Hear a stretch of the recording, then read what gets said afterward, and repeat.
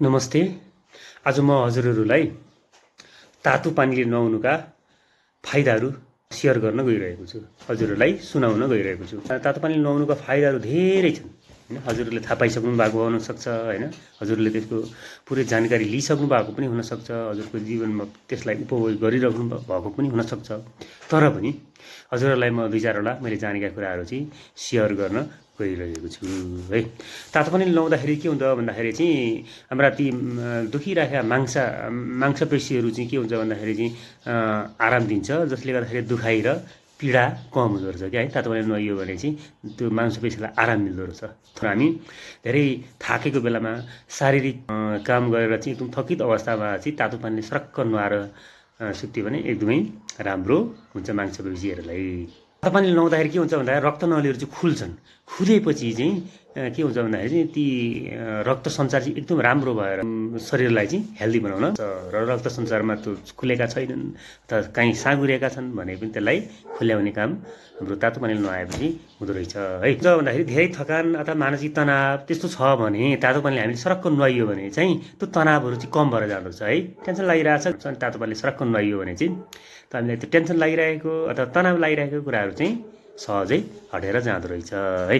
जाडो मौसममा प्रायः रुगाखोकी लागिरहेको हुन्छ होइन, मौसम चेन्जेबल भइरहेको हुन्छ। त्यस्तो अवस्थामा तातो पानीले नुहाइयो भने त्यो रुगाखोकी जस्ता चाहिँ अलिक कम हुँदो रहेछ, रुगाखोकीहरू चाहिँ निको हुँदो रहेछ है। त्यसले गर्दाखेरि चाहिँ त्यो पनि हामीलाई फाइदाकै रूपमा लिन सकिने हो। बेलुका तातो पानीले मस्त नुहाएर सुत्यो भने चाहिँ राति चाहिँ निन्द्रा मस्त लाग्दो रहेछ है। त्यसैले निन्द्रामा हामी निन्द्रा लागेको छैन भने पनि तातो पानीले नुहाएर बेलुका सट्ट सुत्यो भने चाहिँ हामीलाई निन्द्रा लाग्दो रहेछ है।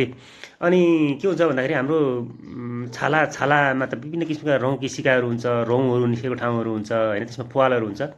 के हुन्छ तातो पानीले नुहाइयो भने चाहिँ ती रौँका ती जुन भित्र हाम्रा छालामा हुने सानसाना प्वालहरू खुल्नलाई मद्दत गर्दछ, जसले गर्दाखेरि भित्रबाट विकारहरू अथवा पसिनाहरू बाहिर सहजै निस्किन सक्छ, जसले गर्दाखेरि छाला सम्बन्धी रोग पनि हामीलाई भएन है।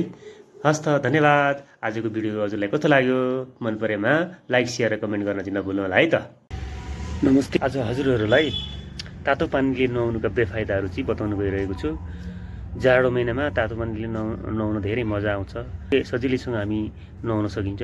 तर त्यसका पनि निकै बेफाइदाहरू छन् है। हजुरहरूलाई केही चाहिँ सेयर गर्न चाहन्छु।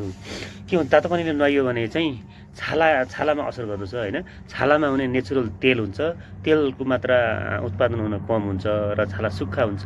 त्यसले गर्दा जसले छाला चिलाउने अनि एलर्जी हुने समस्या हुनसक्छ है। त्यसै अनि तातो पानीले नुहाउँदाखेरि कपालमा समस्या आउन सक्छ है, जसले गर्दाखेरि कपाल सुक्खा भएर त्यसमा चाया पर्न सक्छ होइन। अनि त्यो एउटा मान्यता पनि छ, तातो पानीले नुहायो भने चाहिँ केश झर्ने समस्या आउँछ, त्यो पनि हुनसक्छ। अनि धेरै तातो पानीले नुहायो भने चाहिँ हामीलाई के हुन्छ भन्दाखेरि चाहिँ त्यो रिङ्गटा लाग्ने अथवा चक्कर लाग्ने समस्या पनि हुनसक्छ। अचानक ती रक्तनलीहरू चाहिँ तन्किएर हामीलाई रक्तचापमा पनि समस्या आउन सक्छ। यदि मुटुको समस्या छ भने तातो पानीले नुहाइयो भने हामीलाई त्यो समस्या आउन सक्छ। त्यसै वृद्धहरू हुनुहुन्छ, कमजोर हुनुहुन्छ भने चाहिँ तातो पानीले नुहाउँदाखेरि हामीलाई मुटुको समस्या अथवा कमजोर फिल हुनसक्छ। अनि हाम्रो तातो पानीले नुहाउँदाखेरि चाहिँ आँखामा समस्या आउँदो रहेछ है त होइन। आँखा सुक्खा हुन्छ र जसले गर्दाखेरि चाहिँ एउटा सुक्खा भइसकेपछि चाहिँ आँखा चिलाउने अनि आँखामा प्रब्लम आउन सक्छ।